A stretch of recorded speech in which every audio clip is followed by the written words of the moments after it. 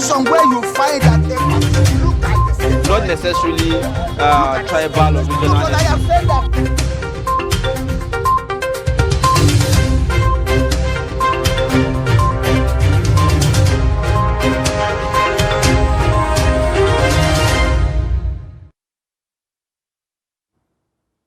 Welcome back. I now have a copy of the Daily Trust newspaper. Like I said earlier, as this is the newspaper review segment of the Daybreak.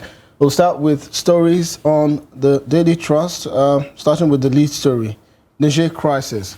Cow, sheep shortage looms as border closure bites harder. Supply reduced by 50% in Borno, 70% in Katsina. My dates in 4 trucks grounded. That's according to a trader. Largest cattle market in Jigawa, desolate. Also, Tinubu asked clerics to dialogue further with junta. Atop the page, we see Dangote beats MTN, Globacom, banks to emerge most valuable brand in Nigeria for 6th year. My educational records not relevant to Atiku's petition, Tinubu tells U.S. court. Also, Japa, Nigerians stranded in UK after emptying savings on travel. Below the pictorial, we see working for 1 hour shows you're employed. NBS tells Nigeria. I think this is in regards to the new methodology adopted by the National Bureau of Statistics to gauge the number of unemployed Nigerians and working Nigerians, here in Nigeria. You could read more on that story on page 19. And finally, at the bottom of the page, man, wife arrested for stealing neighbor's 2-year-old son. Tinubu's economic reforms to attract investments to Nigeria. That's according to the Vice President, Kashim Shettima. Also, Wike orders owners arrest as 2 killed in Abuja building collapse. And that's it for the Daily Trust this morning. We'll move to the Punch newspaper this morning. It says from the top of the newspaper there, ECOWAS, military action won't yield positive results in Niger. That's according to the Russian envoy. Federal government makes 2 trillion naira taxes from Google, Facebook, foreign firms, according to report. Cultural Minister still a core member there. That's according to group alleges. You find this on page 28. The major story there says Naira crumbles to 920 per dollar. Fuel marketers push for fresh price hike. The writers there says fuel price can't remain at 617 Naira with Naira falling below 900 per dollar, according to the IPMAN. Nigerians back subsidy removal. Federal government replies Obaseki and Labour wants NNPCL probe. Below there, you'd see pictorial of the building collapse in Abuja, where it says that falling slabs trapped us while fleeing Abuja collapsed building. That's according to the victims. We have federal government faces heavy criticism over 4.1% unemployment data. And I think Sagir did justice to that explanation, saying it's all about the new methods. Beside there, you see family faults, army silence on senator's aide allegedly killed by rogue soldiers. And we have Nigerians stranded in UK victims of visa scam. Now, these are some of the stories on the Punch newspaper this morning. And for the Guardian newspaper, step aside, please. The many troubles of green passport holders. That's the big story on the Guardian newspaper. You could catch that on pages 4 and 5. We see a pictorial there of Nigeria's green passport. Apparently, 225 million people hold the Nigerian green passport with a mobility score of 56 and visa-free access to around 23 countries, visa arrival, 31 countries. You can read more on that if you get a copy of the Guardian newspaper. Atop the page, Nigeria left out as BRICS admit 6 new members for global influence. Get that on page 3. Battered national image. That was the kicker before the major story. Besides that, confusion as court declares Apapa LP national chairman sacks Aburi. Seems like the crisis in the Labour Party is taking another turn. 24 banks lose 5.7 billion naira to frauds in Q2 amid rising digital crimes. Get that on the business page on page 18. 15 IOCs may threaten energy transition in Africa, Europe. Diphtheria, death toll hits 100 in Kano, 26 in Bauchi. That story is on page 28. On the belt, at 1 hour a week, only 4.1% of Nigerians unemployed, says the National Bureau of Statistics. This story is replicated on the Daily Trust as well. Read that story on page 6, and that's it for The Guardian this morning. Okay, let's take a look at the nations this morning. The lead story says, Edun, hyperinflation, low GDP per capita to end soon. Unemployment rate down to 4.1% in the fourth quarter. Our investment drive on course by Shetima. Below there, you'd see under pressure over Niger junta, says Tinubu. We have the president's graduate in 1979, Chicago Varsity replies Atiku. We have the Wagner boss made mistakes, says Putin. You know, there's been a lot of allegations on Putin on that one. We have Zimbabwe opposition leader claims rigging. At the belt there, it says Nigeria ranked 11th globally in internet penetration. Below the mass, it says Wiki orders arrest of developer after death of 2 in Abuja building collapse. At the top of the newspaper, hold governors accountable for palliatives, says Tinubu. APC leaders step into Sanwo-Olu assembly row. Why nominees were stopped. You find this story on page 28. Ondo government overrules Akure monarch over market closure, and potholes endanger lives on 3rd Mainland Bridge. This story you'll find on page 29. Now, these are some of the stories on The Nation this morning.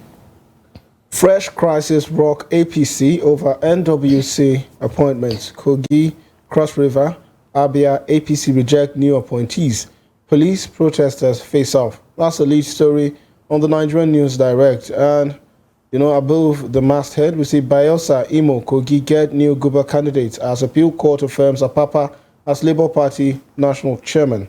And below the lead story, we see 2 confirmed dead as BK orders arrest of owner of collapsed building. Get that on page 2. NLNG restates commitments to community-driven developments in host communities. Also, unemployment rate drops by 4.1% in quarter 1 of 2023, according to the National Bureau of Statistics. These are some of the stories on the front page of the Nigerian News Direct newspaper. Let's move to the blueprint this morning. Below the mass there, it says Niger as Islamic clerics re-engage the junta. Tinubu calls for speedy dialogue. You find this on page 5. We have like LP, crisis rocks, the NNPP leadership group suspends the BOT chair, according to the spokesman. The top story says, era of propaganda on government policies over. That's according to the federal government. Riders there says, charges media, public relations managers on credible information. Be transparent with post-subsidy palliatives, the NIPR tells Tinubu. An information minister, a man of accomplishments. That's according to the IPI. You'll find all the stories on page 6 of the newspaper there. Below that pictorial, you see police confirm 2 killed and 20 rescued in Abuja building collapse. Dangote beats MTN. Globacom Banks emerges most valuable brand. We have Nasrawa couple nabbed for stealing neighbor's 2-year-old child. You find this on page 5. Achieving SDGs 2030 Blake for many developing nations, according to Shetima. And we have the CTA releases report on 2023 polls. 6 improved technology. Louds INEC recommends the prosecution of election-related offenders. This you find on page 6. Now, these are some of the stories on Blueprint today. FX crunch threatens Nigerians' access to life-saving drugs. That's the lead story on the Business Day newspaper. Gains, risks as Nigeria pushes for dollar assets listings. Also, curbing illicit mining, insecurity, others to test Alake's will. Nigerian firms lag behind South Africa peers in AI adoption. Also, rice prices seen hitting 60,000 naira on paddy shortages.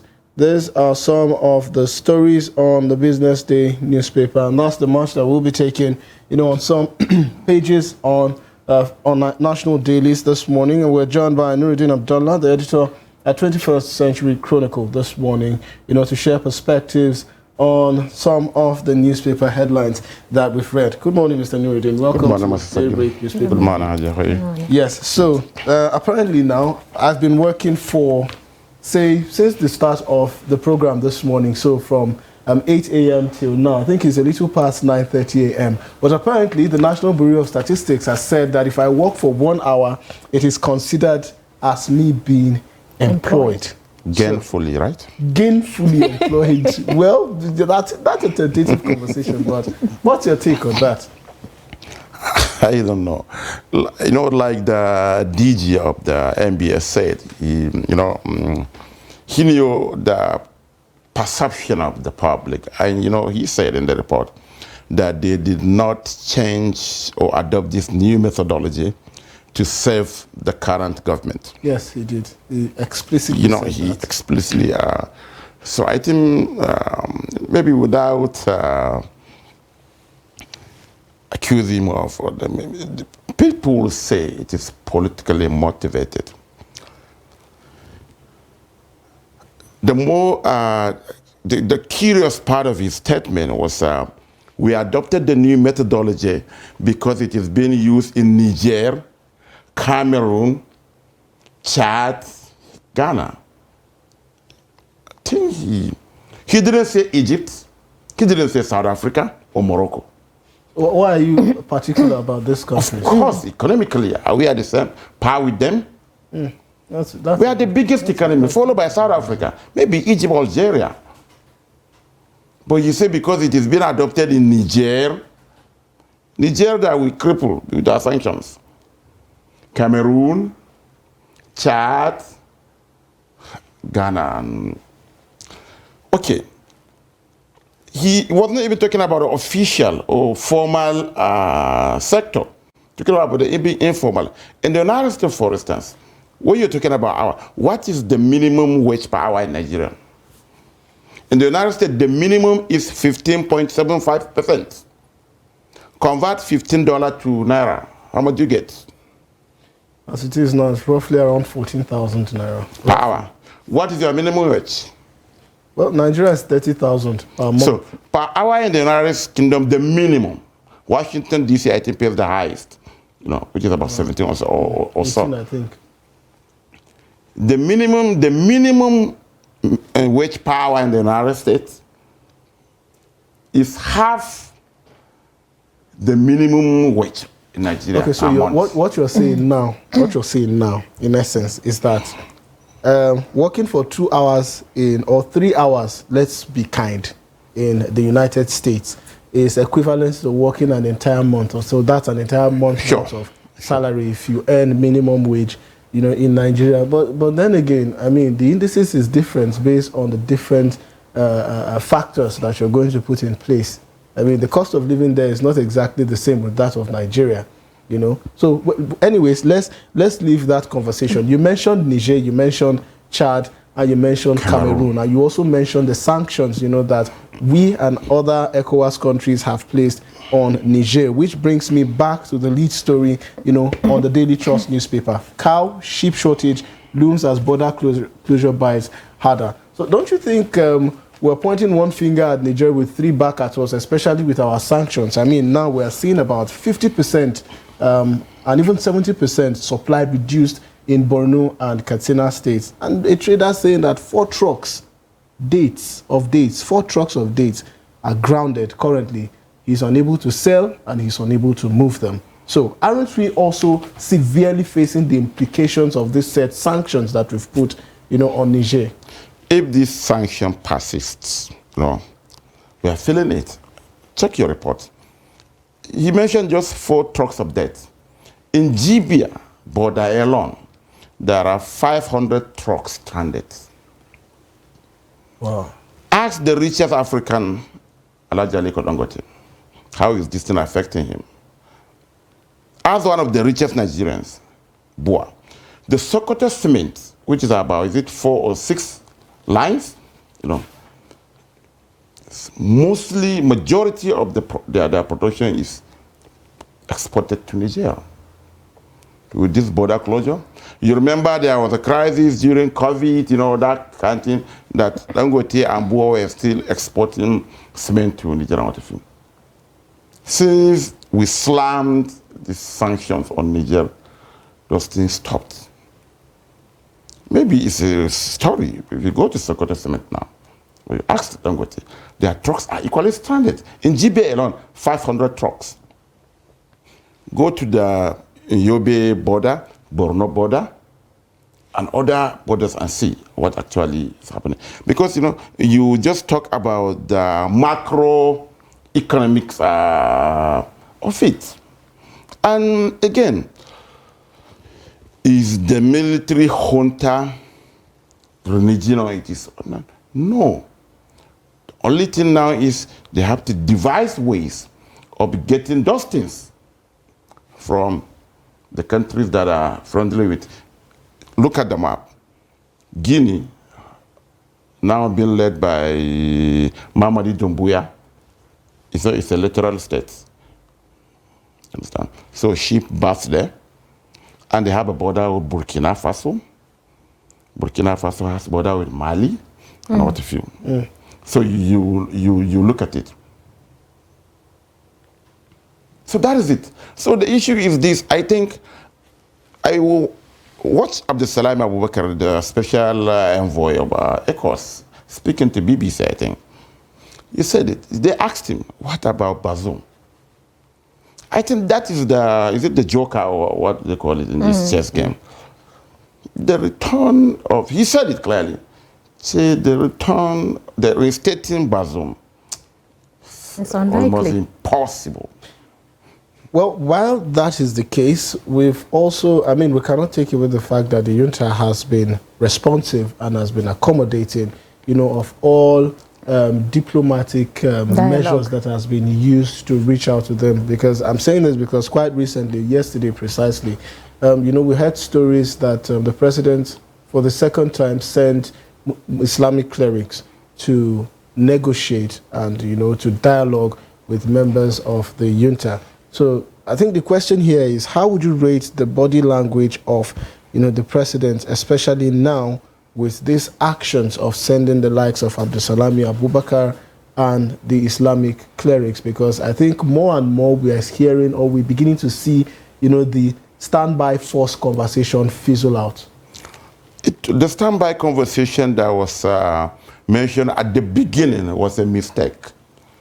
Putting the last bringing the last in first. I think it was a mistake. And what did that do? It emboldens the junta in Niger. And don't forget, look at the coup belts. You're talking about the Russian Wagner forces. Yes, they are in Syria, they are in Sudan, they are in Mali, they are in Burkina, they are apparently in Guinea. And look at the belt. So there is very little that you can do. That is one. And I believe President Tinubu they have realized their mistake. If you look at that last meeting by ECOWAS here in Abuja, read the speech by President Tinubu. It was actually conciliatory compared to his stance. But I was even surprised at the end of the day when the other, the ECOWAS was saying that, okay, now they will activate their standby force. Even going to war is not as easy as many people think. It involves human capital. It involves money. Where is the money? And everyone is counting on President Tinubu to produce that money. We are battling our own minimum wage, issues, inflation, all manner of... Look at even the resurgence of banditry, Boko Haram, and what if you... It seems that, they have fizzled out, but now with the new government, they are back in force. Look at what happened in Niger, for instance. More than 30 of our soldiers were killed by these bandits. So these are some of them. The moment you fired the first shot in Niger, don't forget it's a Sahelian nation. Terrorism is equally active. So what are you doing? All these terrorists will flock back to that country. President Buhari, throughout his 8 years, in AU, ECOWAS, and whatever, blamed the Boko Haram resurgence, particularly in Nigeria and some part of the Chad Basin, based on the removal of Gaddafi in Libya and the proliferation of weapons. And you know how Libya is to Niger.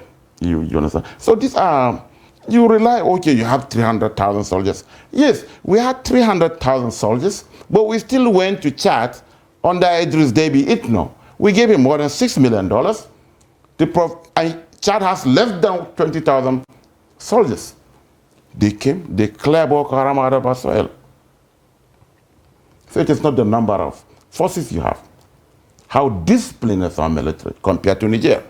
Look at the police, for instance. In Nigeria, a policeman will stop you with arms and whatever you will have your way. But go to Niger. They don't stay on the road. They are on the shed. If you like, pass. From Abuja, you can go to Canada, they will send you back. So, you know, all these factors and all enemies of Nigeria start war with Niger and see. They will support Niger. It's natural. Speaking about that, you know, President Tinubu said that he's caught in the middle in all of this because if any sanctions should be put, you know, just like the one being put on Nigeria, now if there should be an additional sanction, it's going to affect Nigeria one way or another because of the border share. And then yet, he is the chairperson of ECOWAS also pushing on this. What do you think the president should do at this point? I think what he's doing is the best, you know. He is now, you know, even, he is relying more or less what we call citizen diplomacy, using the non-conventional means. Okay. The clerics, the ulamas, the ulamas. You understand. You can't browbeat those military guys, and look at even the support. And don't forget, you know, an average Nigerian, they are tired of friends. We don't need to even argue about that. That is why in Mali, there are more than 20,000 French troops. They are now out of the country. In Burkina, they are out of the country. And now everything is in Niger. And look at the relationship. It's a servant-master relationship. Not even servant-master, it's a slave-owner relationship. They have uranium, but it's second poorest in the world. So the people are tired. Likely, I read somewhere that it was anti-French rhetorics by some Russian propaganda machines and whatever. But it's a reality, how the relationship between France and its former colonies, you understand. The people are tired. That is one. On the other hand, the issue of sovereignty. The issue of sovereignty. So, you know, all this add up and it's emboldened the junta in Niger. And particularly, maybe my understanding is this, why some other ECOWAS head of states are jittery is this. What are the democratic credentials of most of these leaders? It was surprising, you know, the first envoy sent to Niger by ECOWAS was Mohamed Idris Deby Itno. He was not elected. His father was killed. His father was a military dictator. He was killed on the front line. The constitution of Chad, the speaker should take over. But no, they brought the son, who was a military officer, of the slain leader to take over. And you're talking about restoring democracy in Nigeria. It is that person that you sent. For Yadima, when his father died, the speaker should take over pending elections. But no, he just returned from Harvard as an advisor to his father, and he was made the president. So it's sort of a military monarchy style. Exactly. So unless we perfect our democratic processes, yes, if it is civil, it should be civil. Let's see. You know, this opulence and flamboyance and whatever should stop, or else. What happened in Nigeria? Look at the belt. Look at what Mamadi Doumbouya did to Condé. After the coup, he took him around the capital city. People were insulting the old man. So the people were fed up. So I think so. And what President Tinubu should do, he should not be allow himself to be browbeaten by a course member state. No. Yeah, we should reinstate democracy, but not the way ECOWAS wants. There should be referendum, for instance, in the Niger Republic today. What do they want? And like the military people did in other countries, now they have announced a 3-year plan. Maybe the ulama will say, okay, reduce it to 1. They say, no, 1 is not enough. We have to do this. Reduce it to 2. Maybe they will bring a new constitution. They will ban, like the IBB did, new breed, all breed. Maybe ban from contesting in the other elections. I want to see. One of the requests he made to Abdul Salam Abubakar, like the former general said yesterday, was they should allow his son to return to France to continue his education. His older daughter is already ranting on social media, Zara or what is her name, and what have you. And they should allow his son to return to France. How many of Nigerians are studying in France? You can see that. When Abdul Salam said that, you can see the mentality of African leaders. How many can afford the French education? Okay, so while we talk about the behavior of African leaders and the disenchantment, among citizens who unfortunately have to bear the brunt of the two fighting elephants, because unfortunately citizens are the grass where a lot of the fightings is done. What would be your advice in these situations to citizens in countries like Niger, in countries like Mali, in countries like Burkina, where they have military dictatorship and are clamoring for a continuation with this impasse, or with this military junta, as you would call it? Because at the end of the day, we know, and it will always be said, that the best form of military dictatorship is worse than the worst form of democracy. I think that statement has been cliched over the years. In Africa, I don't think it is. The situation. Because the democracy in Africa, for instance, there are leaders. Let's take Rwanda, for instance. You have a constitution, a westernized version of democracy. The leader can only serve for 4 years or 8 years. There are countries that we had beautiful leaders. The moment they go, they reverted to the status quo. Imagine Kagame, after 8 years or 4 years left. Maybe the country would have been boring another civil war. My thinking is this. We should, I think, fashion our democracy to suit our peculiarities. It is not, okay, why are we not even, let's say, even the democracy we are practicing now, it is not hook, line, and sinker that out of the United States, for instance. In the United States, for instance, the vice president is the Senate president. What they have, even though he hardly preside all the time, they have a pre-tempo Senate president. You understand? So I think there are certain things that we should, yes, democracy is good, the will of the people, but we should revise it to suit our idiosyncrasies. I think that's the problem. You bring everything French, and you are not a French society, and there is going to be a problem. So, and when you were saying civilian administration, democratic, let people see it. Not the long convoys, the palaces, the castles, heavy security around an individual and his family members. If you don't do that, if democratic dividend is not trickle into the lowest level, there will be these problems. There will be disenchantment. And whenever it wants, and look at it, almost all the military leaders are presidential guards. From Mamadi Doumbouya in Guinea, to Touré in Burkina, to even Abdurrahman Chani. They are all of the gas brigade. What you're trying to say closer than you. They are closer to the system. The pain first. Yes, and they are closer to, maybe they see all the happenings, and they couldn't afford to keep quiet anymore. These people, why not us? So that is it. So I think maybe the African leaders, instead of marching to Abuja, pressurizing Tinubu to do their wish, they should go back to their countries. and do the needful. The only I way think of that's- stopping they have coup that is there. good governance. All right, so African leaders, go back to your countries, do the needful, and most importantly, watch on your presidential guards, because you might never know, what is going on. Thank you very much, Mr. Nuruddin Yeah, Abdullah, for joining us on Daybreak this morning. As always, for